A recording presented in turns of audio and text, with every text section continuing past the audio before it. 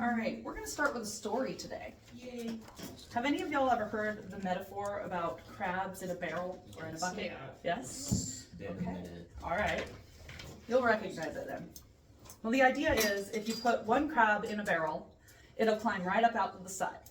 Their little legs and pinchers are just sharp enough, it can just... But if you put multiple crabs in a barrel, you don't need a lid anymore. They all end up grabbing onto each other and pulling each other down. The moment one starts to climb out, the others in the barrel grab it, thinking, I'll climb out on top of it. And then none of them get out. It's not like they're thinking, no one leaves without me.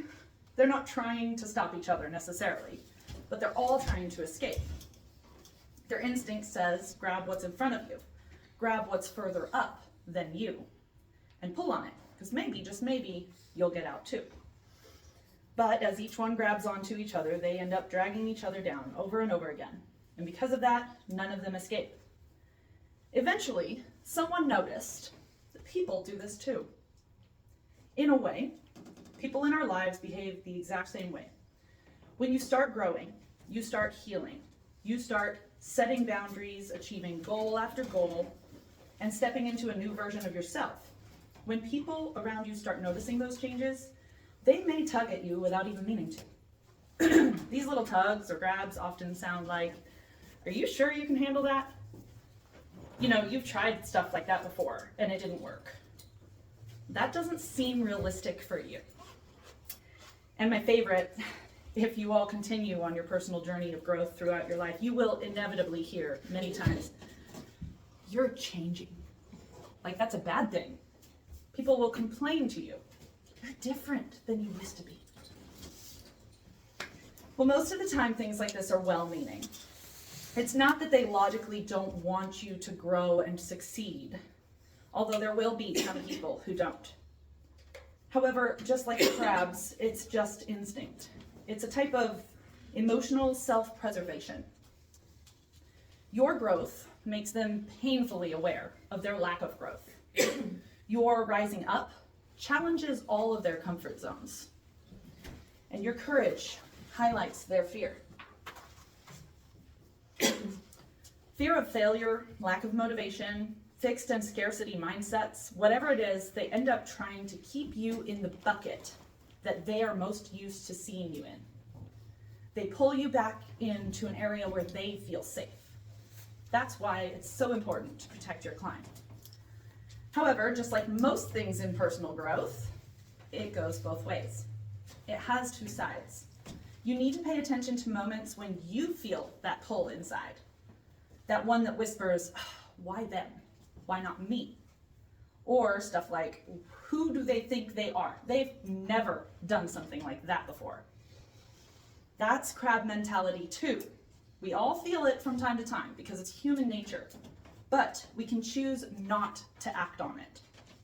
If we feel those feelings creeping in, we need to notice them, name them, right? That gives us power. Use our self-control and our kindness to say things instead like, I see you rising and I'm proud of you. I'm learning from your courage. Your courage inspires me. Because there's room for all of us outside of the barrel, okay? So today's lesson is going to teach you guys how to watch out for the crabs in your life. But I also want you to make sure you're not becoming one in someone else's. We're talking about influence and accountability today, because we have to be careful who we let influence us and who we choose to walk alongside us on our journey. Okay, Coach Casey, we get it. I need to watch out for negative people and not be negative myself. I got it. But here's what most people don't get. It's not quite that simple. Because influence doesn't just come from what people say to you, it comes from something way deeper. Something that happens automatically in our brain without you even realizing it. Even when you're not being pulled down by someone's words, even when nobody's saying anything negative at all, your brain is still being influenced. It's the way it was designed. Just by being around certain people, watching certain content, listening to certain voices, your brain is absorbing and mirroring what it observes. So before we talk about how to choose good influences, we need to understand why influence works on us in the first place. Because if you don't understand how your brain processes influence, you won't know how to guard against it. Let me show you what I mean. Your brain has a special set of neurons called mirror neurons. They fire both when you do something, like pick up this cup, and bottle, whatever, and when you watch someone else do it. So all of your mirror neurons for picking up a cup just fire, as if you picked it up yourself. All right, let's do this little exercise to make that really clear. Everybody look at me. Shake out your hands. Come on, do the exercise. Shake them out, get them loose. Now, make a fist. Now, touch it to your chin. Now, where in the world is your chin? Oh. She's the only one who got it. Chin. You see what just happened there? Yeah. Yeah. Your brain mirrored what you saw over what you comprehended. All right. So that was your brain's mirror neurons being stronger than your logical reasoning. Everyone knows what their chin is. Everyone knows that this is a cheek. But you were watching, you were following along, and you did exactly what I knew you would do. Except you. Good job. But I'm guessing you felt a hesitation, huh? Just barely. All right, yeah. So that was your mirror neuron saying, no, we're supposed to do this. No, she said chin. Okay. That was very good. All right. This explains why yawning is contagious. It explains why you flinch when you watch someone else get hurt. It also explains why you start feeling sad or angry when everyone around you is sad or angry. Your brain literally mirrors what it observes. So what does this mean in real life? Remember those crabs pulling each other down? This is part of why that works. When you're around people who are stuck, who are complaining, or giving up, your brain starts mirroring that mindset, even if they're not directly saying anything negative to you. It means that people you spend the most time around literally shape how you think and feel. Spend time with negative people, you're going to become more negative. Spend time with motivated people, you're going to become more motivated.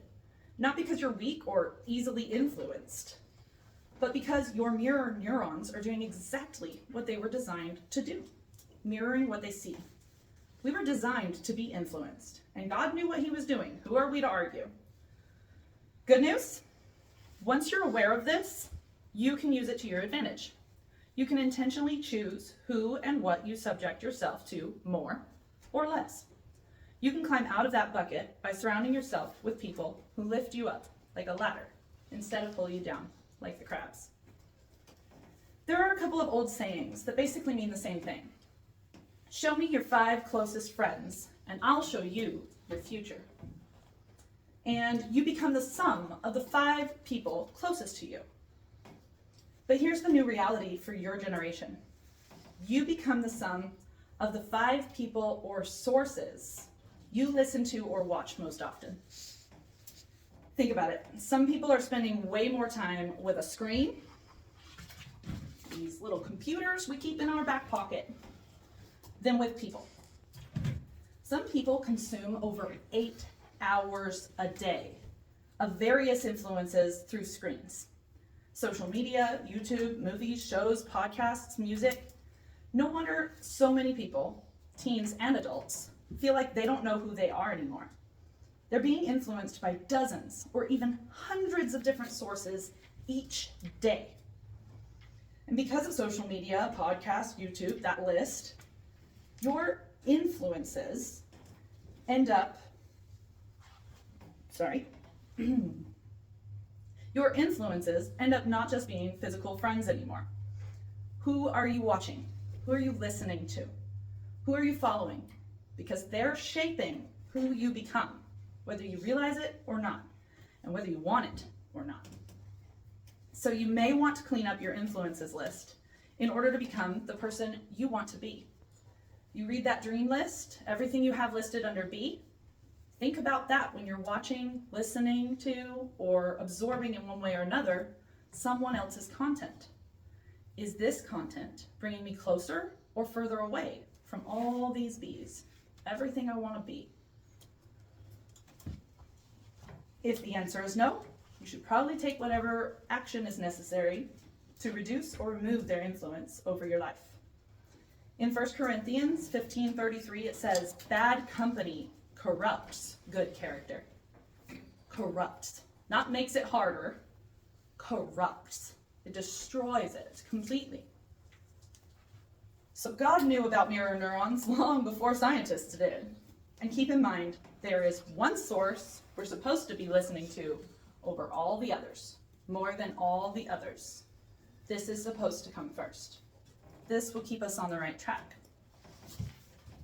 So, now that you understand how influence works on your brain, let me show you what happens when you ignore it, or when you start following the wrong influences. There's a classic story, and I'm not quite sure if it's true or not, about processionary caterpillars. These are caterpillars that naturally follow each other along in a line. I don't know if the experiment is true, but supposedly it said that scientists put them in a circle around a pot of food. And these caterpillars, all following each other, just walked around this pot of food for 7 entire days. They didn't find the food. They died of starvation. The food was right there in the middle, but they blindly followed each other instead of thinking for themselves. People do this too, without even realizing it, because of those mirror neurons. Following blindly when what they want or need is just out of reach. All because of that power of influence. Who's heard of, let's see, you guys remember limiting beliefs, right? Okay, you should. We did a whole lesson on it. So, who's heard of the 4-minute mile? Anyone sporty in here? Sounds familiar. Okay, all right. Well, as you know, limiting beliefs can be passed down from one person to another. That's influence in action. Competitive running has been around for a long time, like almost 4,000 years. So you could picture Noah's sons, I'll race you to the haystack, right? Okay, 4,000 years competitive running has been around. And the concept of time, like seconds, minutes, and hours, have been around almost that same amount of time, although not widely used or fluently used until about 200 years ago. So, for about 200 years, competitive running has used timing of seconds and minutes to track runners' speed. For about that same amount of time, experts have said that running a mile in less than 4 minutes is physically, anatomically impossible. Doctors said that the human heart would literally explode in your chest before crossing that limit. Coaches continually told runners that this is impossible. It just can't be done. That negativity and limiting belief spread from coach to runner to coach to runner, like a dream-killing game of telephone. Until 1954. A runner named Roger Bannister decided not to listen. And on May 6th of 1954, he crossed the finish line in 3 minutes and 59.2 seconds, becoming the first man to ever break the 4-minute mile. While that was amazing, the amazing part isn't that, but that in the next 46 days, a man in Australia broke his record, coming in at 3 minutes and 57 seconds. And then, within 10 years, over 330 runners had broken the 4-minute mile, including a high school student. These days, that number is actually over 2,000 runners that have broke the 4-minute mile. No women yet, but it'll happen. I know it will. The only thing that changed was belief. The physical capability was always there. Obviously, the human body didn't just magically transform. The heart didn't just magically decide, oh, we won't explode anymore. The belief changed. Everyone had thought it was impossible. So for so long, it was. Until it wasn't. Remember, if you think you can or you think you can't, who remembers? You're right. You're right. You're correct, either way. You are correct. You're going to be right, whether you think you can or you think you can't. That's how powerful the human mind is. Ultimately, that historical event, which is 100% true, I used 6 different websites to fact check all my numbers because I wanted to be specific. It tells us that sometimes the people around you are passing down limiting beliefs, not truth. So be careful who you're following and what beliefs you're accepting from them. Remember that it's ultimately your choice what you believe about your own capabilities. Sometimes the people around you, even people who love you, are passing down those limiting beliefs, not truth. And you have to learn to protect your dreams from that. When you share a goal with someone and they immediately tell you why it won't work, that's a red flag. If they're saying things like, that's not realistic, or people like us don't do that. I've actually heard that statement. My aunt, I called her my aunt for a while. She looked at me and said, people like us don't do that. I don't know that I want to be people like us then. And I can choose that. What if you fail? Have you ever had somebody ask you that? What if you mess up? What's going to go wrong? Like, these are the questions that our self-doubt asks us. We don't want them from our friends. And they're projecting their own limitations and fears onto you. Did you have a question? Yeah. I wanted to say something. My answer to that? If they ask you, what if you fail? My answer to that is I can't fail if I'm stubborn enough. That's right. I mean, Einstein looked at it this way, it's like, I haven't failed. yeah, I've just simply found 10,000 ways that it Not doesn't working. work. Exactly. That's one of my favorite quotes. Learn from your mistakes. Yeah. I mean, he missed his own wedding trying to work on, but like, Right. Absolutely. Talk about priorities, man. I I think that probably was one of the times he probably Yeah, he probably ought to have. However, she knew what she was getting into by then. Yeah. So she forgave him. Fun fact, he also helped invent the first film camera. Yes, he did. He had a part in that. He had a part in so much stuff, even things we use today. We just Many remember things the we light use bulb. today. Like the light bulb, exactly. Because it's the one thing that's like everywhere. Pretty much any room you walk into, there's going to be at least one light bulb. And sadly, often those limiting beliefs that are being shared, those fears that are being pushed on you, they can come even from well-meaning parents that are just trying to protect you, or siblings, or best friends. So here's how you guard yourself. Don't feel like you have to share every dream with everyone, or at least not every detail of every dream with everyone. So say maybe you have a real strict goal set up to save $10,000 in the next year. Well, to your best friend, that might sound pretty impossible.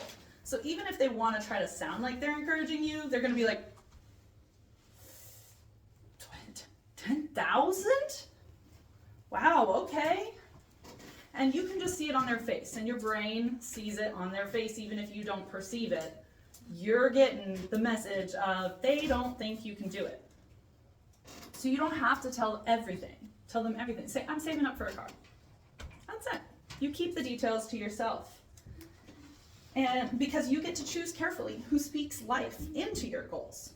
Proverbs 4:23 says, guard your heart, for everything you do flows from it. So you're not being secretive when you do that. You're being protective. There's a difference. All right. Now let's see. I want to talk about choosing the right people to walk with you and your accountability partners. Before we can do that, we need to understand what part of motivation they fall under. So, who did the bonus homework of looking up and writing down the difference between intrinsic and extrinsic? Nobody? It was a very busy week. Yeah. I was planning on doing it. All I right. helped out. All right. Well, lucky for y'all, I did the homework. Did you? You're the teacher. Exactly. There are 2 main types of motivation. Okay, we've talked a little bit about motivation before, how it comes and goes. Hi, thank you for sitting in. All right, so there's intrinsic motivation and extrinsic motivation. Now, just from the sound of those words, what do you think intrinsic versus extrinsic means, Cassidy? Intrinsic and extrinsic. Honestly, I'm not sure. Think about the prefix. Emily?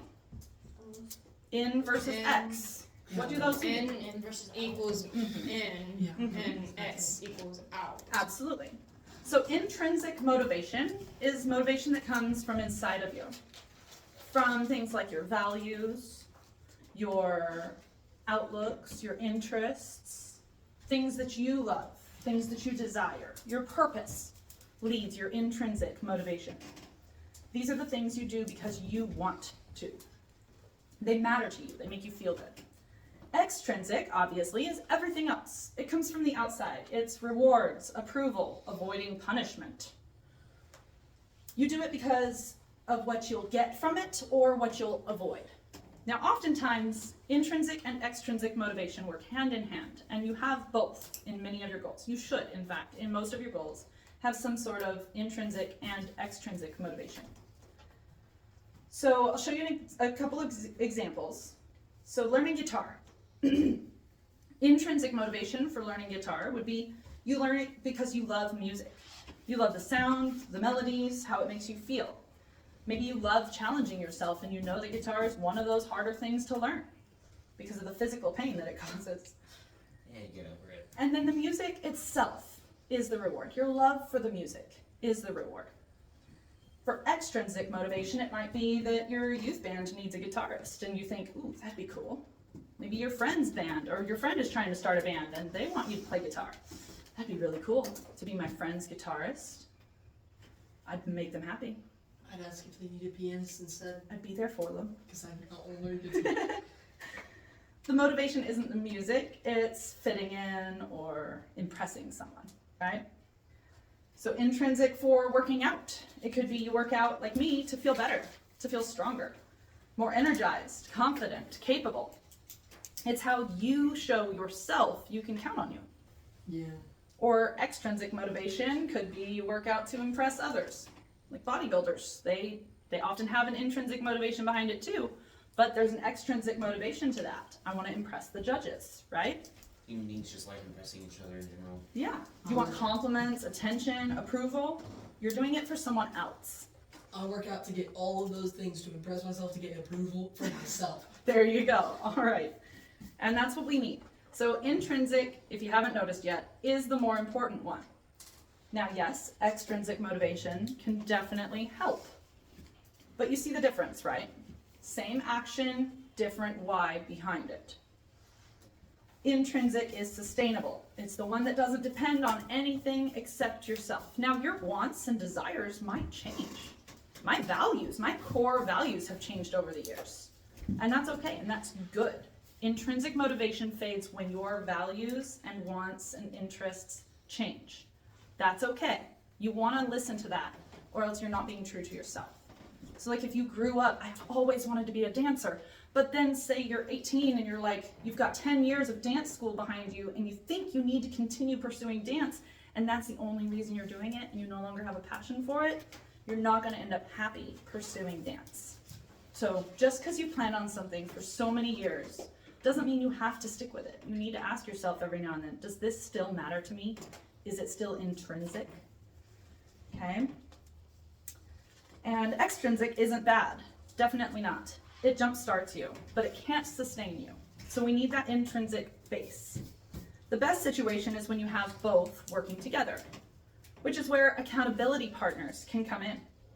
A good accountability partner taps into your intrinsic motivation, and then they are your extrinsic motivation.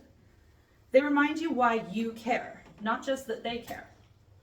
If your goals are only extrinsically motivated, you'll quit when it gets hard. But as long as they have that intrinsic motivation base, an accountability partner can give us a layer of extrinsic on top. So what exactly is an accountability partner? Someone who keeps you on track. They check in with you, they encourage you, they celebrate wins, and they call you out when you're slipping. You don't need one for every goal, obviously, but for the big ones, or the ones that you keep struggling to make progress on, having someone in your corner can make all the difference. So let's talk about how to choose those people wisely. So that's the big question. Who do you choose for your accountability partner? Because not everyone is a good fit for this role. And choosing the wrong person can actually do more harm than good. You don't want to choose a crab, right? Okay, you can have a pet crab. I don't mind that. I've had pet crabs. Crustaceans. All right. So what makes a good accountability partner?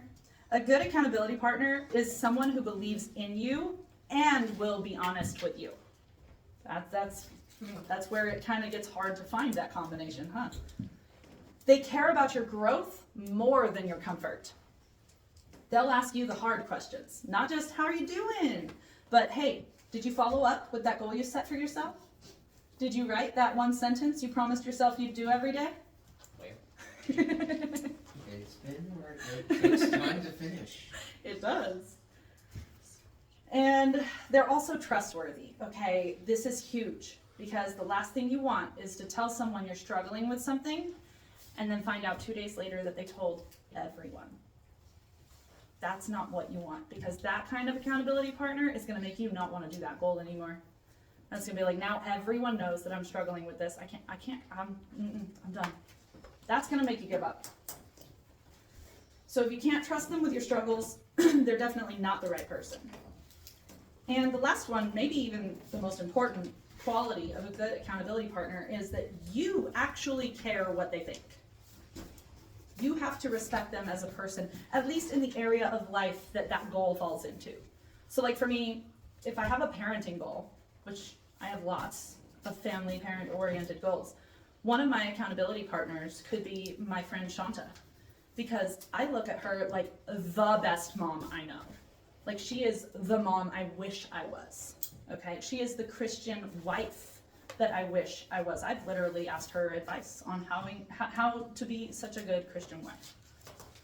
And so that would be one that I look to for that. However, if it was a fitness goal, I would not choose her. She has flat out said, I do not run. I do not care to sweat. I will eat healthy, but I do not exercise much. And that's okay. That's okay. She could be chosen for one type of goal, but not another. Because oftentimes different goals need different accountability partners. Okay? If you have a financial goal, for example, you'd want to pick someone who's really good with money. If you have a faith goal, you'd want to pick someone who's strong in their own faith and who can pray with you and for you and speak truth into your spiritual journey. If you have a school or career goal, you probably want someone disciplined or further along in that path than you are. You don't need the same person for everything. In fact, it's usually better to have different people who understand different areas of your life the best. Because you want them to be able to speak from experience and actually help you, not just cheer from the sidelines. Like cheerleaders are great, but they're not accountability partners. So my next point is called the best friend dilemma. And I talked a little bit about this with my daughter as I was making this lesson, because I understand. I have a best friend that I definitely use often as an accountability partner. However, it's taken us, how old am I? 30 years of friendship. We've been friends since we were 5. 30 years of friendship for her to be able to say, Casey, you're being stupid. You know darn well that you did not try your best there. You know darn well you could have done better. Now, when are you going to step it up? She can say that to me, and I can say it to her.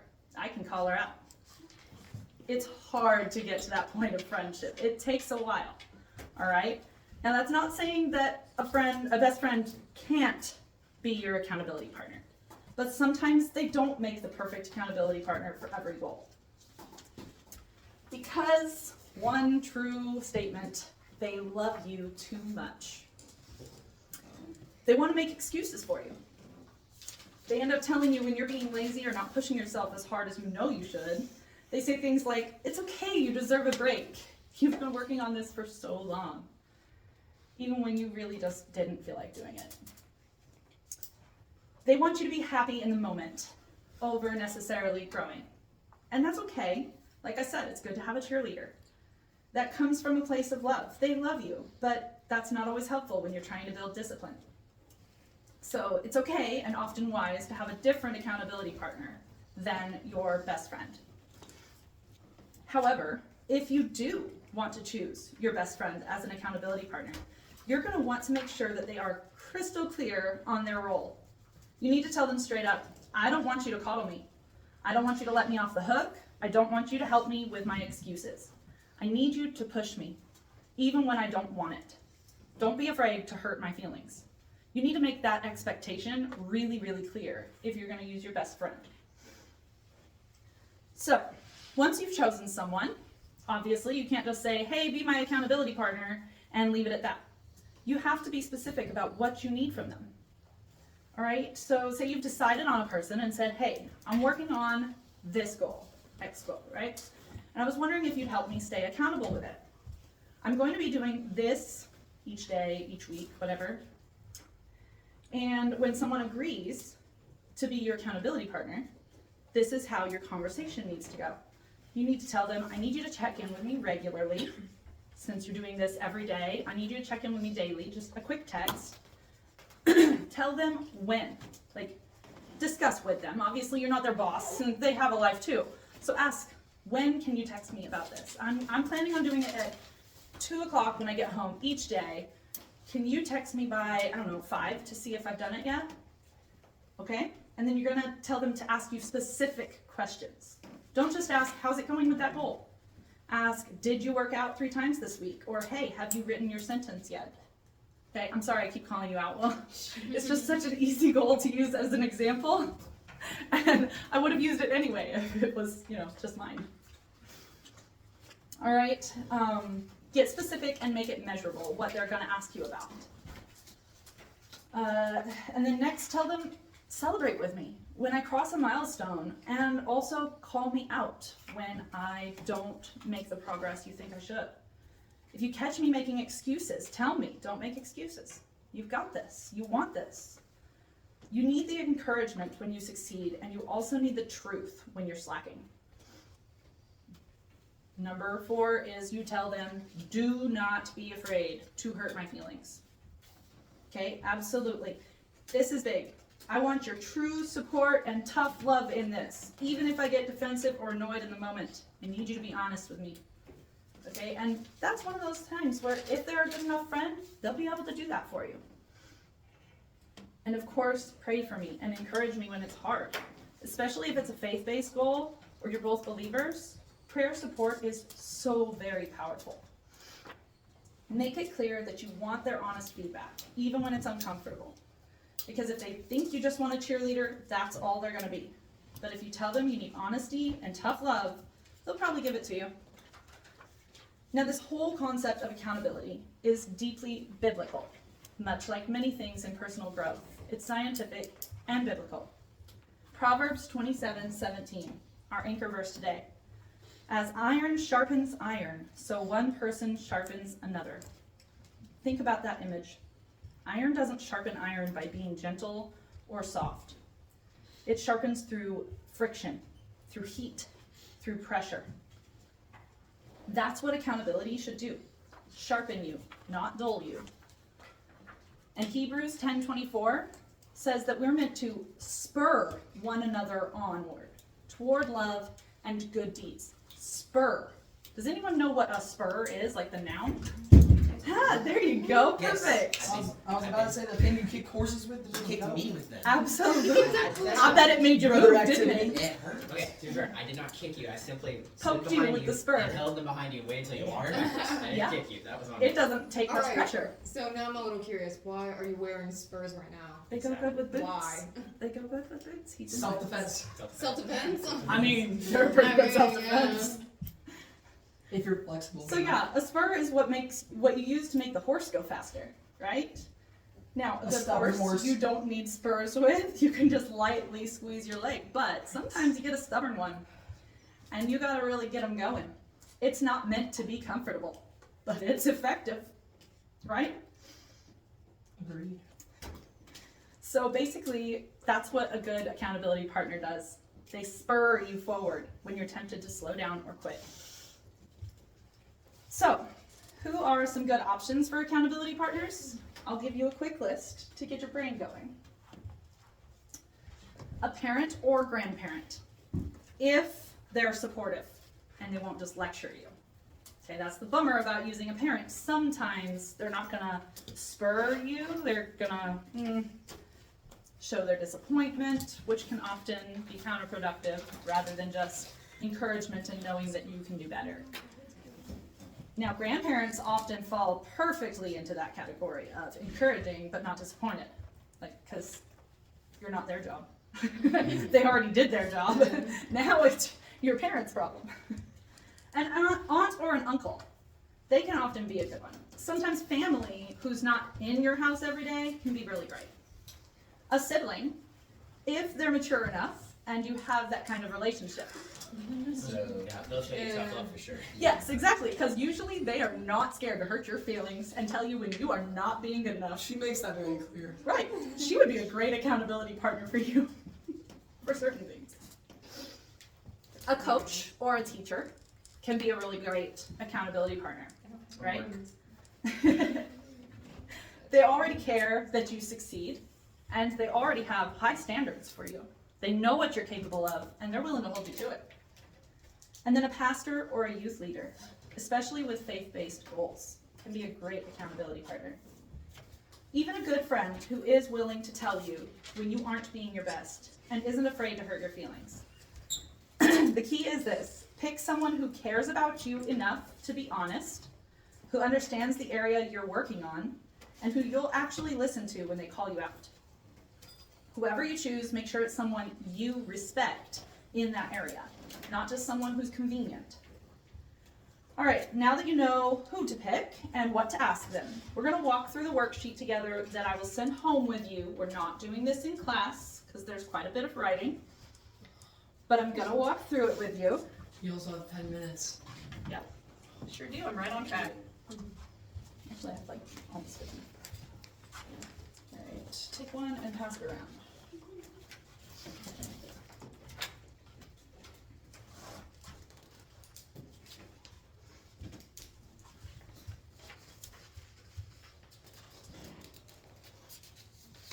Are you having trouble?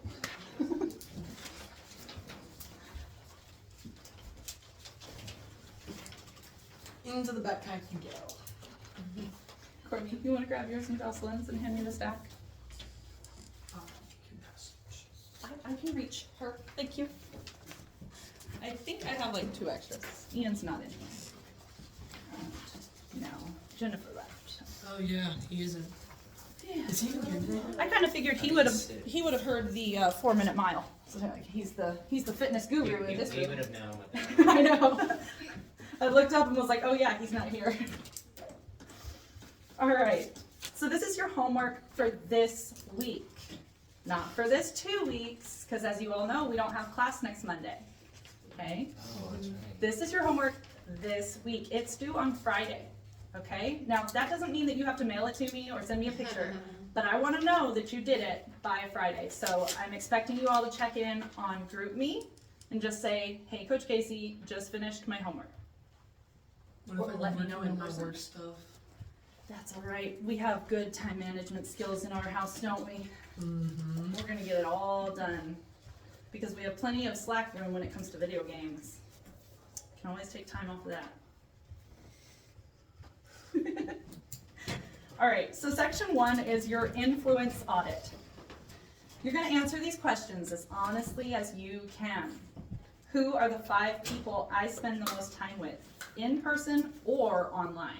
What if you can't find 5 people? What if you don't know 5 people? That's okay. That's okay. Think about it. You probably have a few of them in your family. But be honest also, if you play video games for 4 hours a day and 4 you hours? don't necessarily, on most days, and you don't necessarily Some spend days. 4 hours a day with your sister, an online friend could probably knock your sister off that list of 5. Well, that's her fault for being in her room all the time. Okay? And yours, where are you all the time? All right, so you're gonna list those 5 people, and then you're gonna ask yourself, are they pulling me up or pulling me down? You've gotta be honest with yourself. Remember that you're only gonna get out of this class what you're willing to put in. This is one of those papers that are gonna make you dig deep and be honest. Who in my life acts like a crab in the bucket? Who in your life, can you identify someone in your life that is constantly going, why are you trying to do that? Why would you want to do that? We don't do it like that. That's not how it's done. You just have to wait. Things will get better. That's my mom. Father, no. All right? I don't Sometimes you have to think about the negative influence. You need to recognize it in order to have power over it. Okay, your second section is your content audit. What accounts, channels, podcasts, YouTube, streamers, or music do you often consume? She don't use any of those. You don't do any kind of No. digital consumption? What about books? Books could fall under that too. Listen to audiobooks. Okay. What kind? What says is that I've been telling something similar like this to my friend who listens to this sad music all the time. I'm like, And then complains about being sad. and the person I'm like, That was the me. music. That was me when I was Yeah. 16. I've sent him an entire list with like 100 songs. That can make you feel good. Yes, and I'm like, Good vibes. just listen It's to like, it. oh, I name almost of the- wore my Good Vibes shirt The today. name of the band is called the Moody Blues. I'm like, that's a red But that's a red flag. flag. And that's a great band every now and then. Like you can listen to, okay, I like 6 Feet Under, man. That's good, but you can only listen to it for a little bit because your mirror neurons engage and then they think, oh, the world is sad. We need to be sad. I Okay? mean, just go back a couple of decades and eventually you'll get past sad music. Yeah, and then you're like, It's all either love songs or upbeat, goofy songs. yeah. All right, so the accounts, channels, podcasts, audiobooks, music that you listen to most often, is it feeding your growth mindset or your limiting beliefs? Is it changing you to more negative thinking or more motivated thinking? What do you need to unfollow or add from your list? Okay. And then section 3 is your accountability partner selection. All right. You're going to pick your accountability partner for one of your goals and start using them. Okay. For my main goal right now, who would be a good accountability partner? All right, any of your main goals. You should have 2 or more that you're actually actively working towards, right? Everybody should have 2 or more SMART goals, short-term goals that they're working on. What if I have dumb goals? Stop it. Yes, man. I was watching back through my videos the other day to find something in one. I And never I heard said you that. comment on that. I 3 never different said videos. that. Mm-mm. All right, and you're gonna say, what specific things will I ask them to hold me accountable for? And then you're gonna answer, when will I ask them this week? You're making yourself a plan, another Ulysses contract, if you will. All right, and don't forget to turn that in. You guys brought it. That last question is really important. You want to set a deadline for yourself or you won't follow through with it. And remember, I want to know that you're done with that whole thing. You've asked them and everything by Friday. Yes? Ulysses contract. Ulysses contract. His homework. Yeah, from me and last- Ulysses are not on speaking terms. Ulysses. Ulysses. And I he's said not that. a real person, so that's fine. He was a mythical story. Not on speaking terms. All right, so just to recap, we covered a lot today. I know that. And we have 5 minutes left, 4 minutes left? We have 3 minutes. 3 minutes left. All right, cool. We covered crabs in a bucket, mirror neurons, limiting beliefs, intrinsic, extrinsic motivation, and choosing accountability partners. But I want you guys to remember a few key things above all else. First of all, God designed us for community, not isolation. We weren't meant to do life alone. I know that's hard for sulky teenagers sometimes, but get over it and acknowledge that you are not meant to do this alone. You don't have to take on every burden that's yours all by yourself. Yes, you might have to do the hard thing, but let other people I'm in. not sulky at all. He's the least sulky of all my kids. Oh, no, Trenton would be the least sulky, but he's not a teenager. Excellent. And he's the All only right. one who isn't a teenager. So, be careful who you share your goals with, but share your goals with people who will build you up. Okay? Not every person belongs in your inner circle, and that's okay. Remember to spur one another on toward love and good deeds. That's what healthy influence and accountability looks like. Okay? You don't want to be pulling people into the bucket. I know, 1 minute. Okay, accountability isn't judgment. Okay, it's something that God created us for. Is that my phone? Oh, it's that phone. Okay. Both phones have a timer set. All right, remember that even Jesus himself practiced this. He was selective about his influence. He loved everyone. He ministered to crowds. He healed many people. He served freely, but he had an inner circle too. Peter, James, and John. He was intentional about who he spent the most time with, who he let speak into his life. If Jesus was selective about his influence, we should be too. That's not to be exclusive or mean, it's being wise. All right? Reminds me of our business class. Yeah. Remember that every single day, each of you are becoming someone. The question is, are you becoming someone you choose or not? Y'all are dismissed.